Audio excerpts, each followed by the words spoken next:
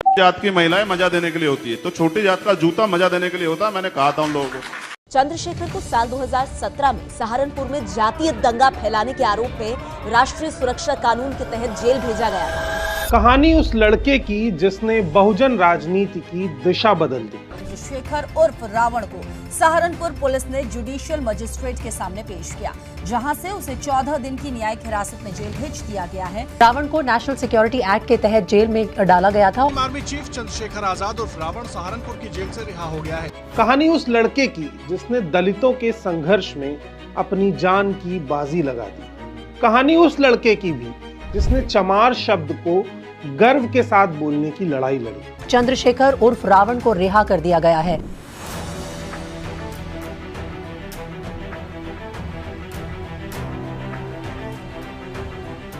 चंद्रशेखर की गाड़ी के ठीक पीछे वो कार दिखाई पड़ रही है जिसमें हमलावर सवार थे। भीम आर्मी चीफ चंद्रशेखर आजाद के काफिले पर बदमाशों ने हमला कर दिया। भीम आर्मी चीफ चंद्रशेखर आजाद पर गोली चलाई गई थी और 4 राउंड फायर भी किए गए थे।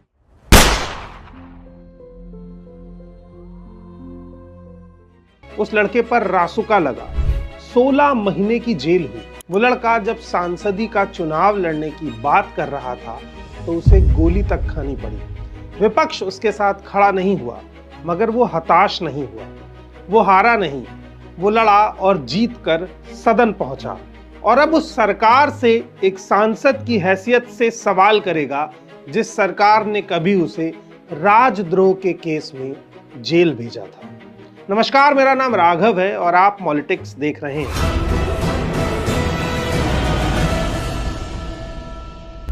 तीन दिसंबर साल 1986 सहारनपुर के घड़कौली गांव में एक लड़के का जन्म होता है।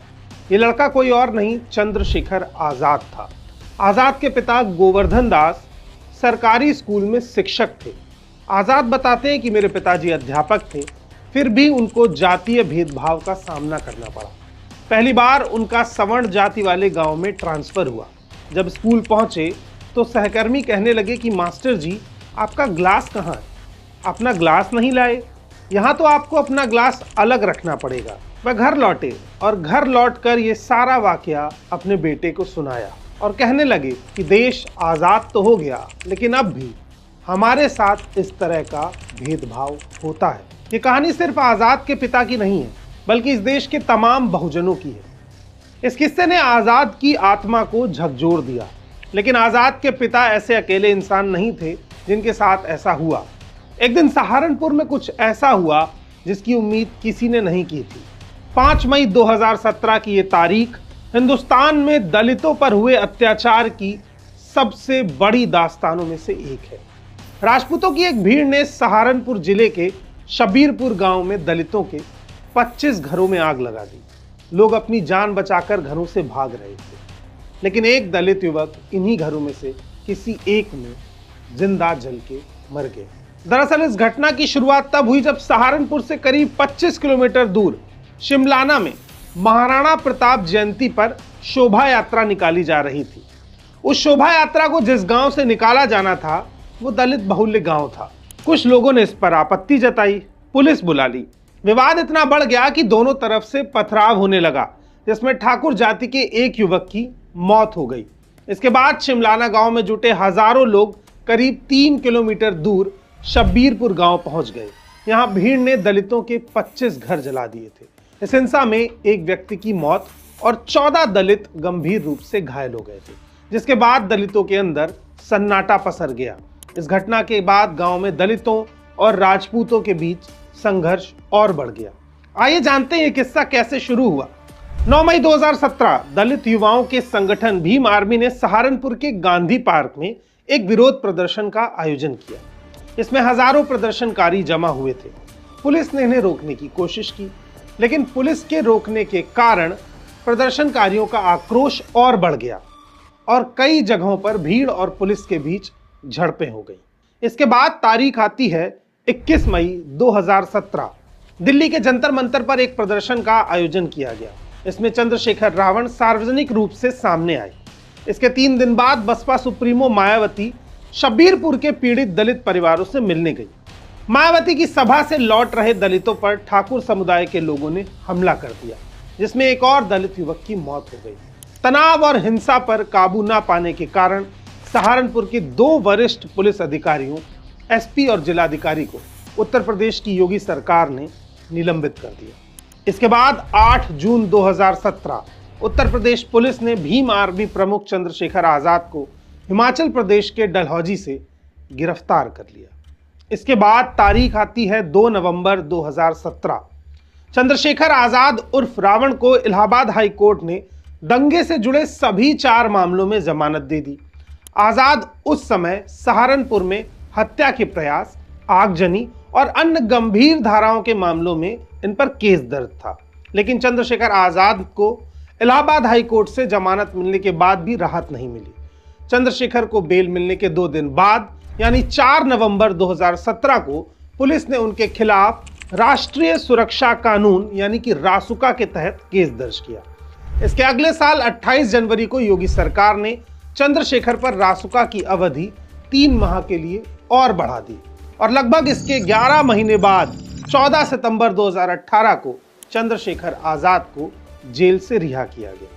ये कहानी थी एक लड़के के चंद्रशेखर बनने की। ये कहानी थी दलितों के उस संघर्ष की जो सिर्फ ये बताना चाहते थे कि वो जाति के तौर पर किसी से छोटे नहीं। इस घटना के बाद भीम आर्मी का दलित समुदाय में जो दबदबा और पहुंच थी वो बढ़ गई।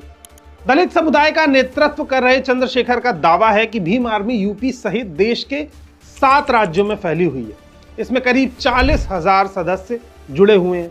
इस संगठन का केंद्र सहारनपुर का घड़कौली गांव है। गांव के बाहर एक साइन बोर्ड लगा है। इस बोर्ड पर लिखा है द ग्रेट चमार, डॉक्टर भीमराव अंबेडकर ग्राम घड़कौली आपका स्वागत करता है। घड़कौली गांव के दलित चमार शब्द पर ऐतराज नहीं करते बल्कि गर्व महसूस करते हैं। अपनी पहचान और अपनी जाति पर इस गांव के दलित शर्मिंदा नहीं है बल्कि फख्र करते हैं। भीम आर्मी की पहुंच दलित समुदाय तक भले ही हो गई, लेकिन चंद्रशेखर के लिए रिहाई के बाद का समय भी आसान नहीं रहा। 19 दिसंबर 2019 नागरिकता संशोधन कानून का विरोध कर रहे भीम आर्मी के चीफ चंद्रशेखर आजाद को दिल्ली पुलिस ने हिरासत में लिया, लेकिन चंद्रशेखर बच के वहां से पुलिस को चकमा देकर किसी तरह निकल गए और जामा मस्जिद में हो रहे सीए विरोध प्रदर्शन में अचानक जनता के बीच से संविधान की तस्वीर लेकर निकलते हैं। दरअसल भीम आर्मी सीए कानून का विरोध करने के लिए जामा मस्जिद से जंतर मंतर तक मार्च निकालने चाहती थी, लेकिन पुलिस ने इसकी इजाजत नहीं दी थी। इसके बावजूद चंद्रशेखर ने इस आंदोलन को सफल बनाया और जनता के बीच अपनी खास पहचान बना ली। अब तक चंद्रशेखर आजाद देश भर में अपनी पहचान बना चुके थे। कुछ उन्हें दलित नेता कहते थे, कुछ उन्हें युवा नेता मान रहे थे। इसके बाद चंद्रशेखर सक्रिय राजनीति में उतरते हैं और अपना पहला चुनाव उत्तर प्रदेश के मुख्यमंत्री योगी आदित्यनाथ के खिलाफ गोरखपुर से लड़ते हैं, जहां महज उन्हें 7,640 वोट मिले और वो चौथे स्थान पर रहे। इसके बाद कई लोगों ने उनका राजनीतिक तौर पर मजाक बनाया, लेकिन चंद्रशेखर ने हार नहीं मानी और अपना काम जारी रखा, जिसके कारण उनके दुश्मन बढ़ने लगे। और इसके बाद 28 जून 2023 को वो दिन आता है जब चंद्रशेखर पर एक जानलेवा हमला हुआ, जिसमें उनकी जान बाल बाल बच गई। दरअसल कुछ लोग चंद्रशेखर की गाड़ी पर फायरिंग करते हैं और एक गोली उन्हें छूकर निकल जाती है, जिसके बाद उन्हें अस्पताल में भर्ती कराया जाता है।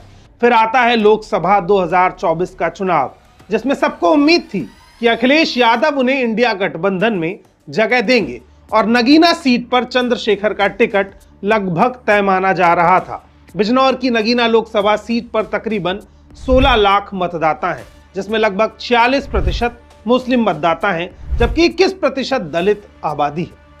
लेकिन आखिरी समय पर उन्हें गठबंधन में भी जगह नहीं मिली। इस सवाल पर चंद्रशेखर ने जो जवाब दिया उसे सुना जाना चाहिए। पूरी उम्मीद थी कि समाजवादी पार्टी आपको टिकट देगी। ऐन मौके पर जो आपके साथ धोखा हुआ, उसको लेकर के समाज में क्या गुस्सा है और लोग क्या कह रहे हैं?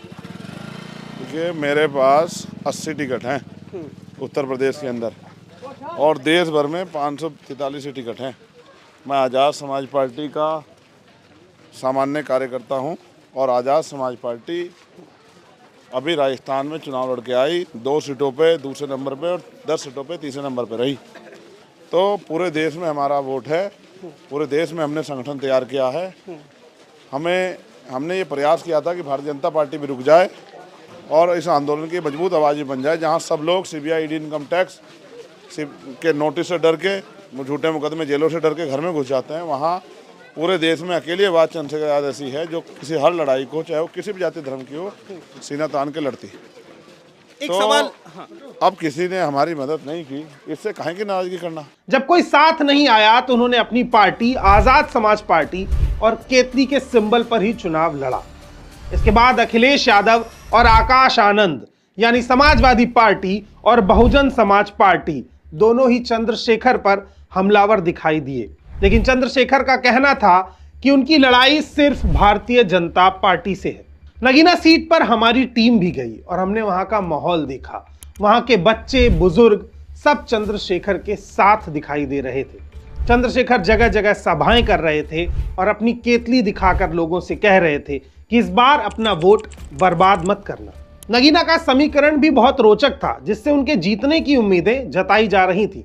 उस दौरान हमने नगीना सीट पर रिपोर्ट की और हम चंद्रशेखर से मुलाकात भी कर आए। वहां के लोगों से भी जायजा लिया कि आखिर हालात क्या हैं। अंततः उन्होंने नगीना से अपना चुनाव जीत लिया।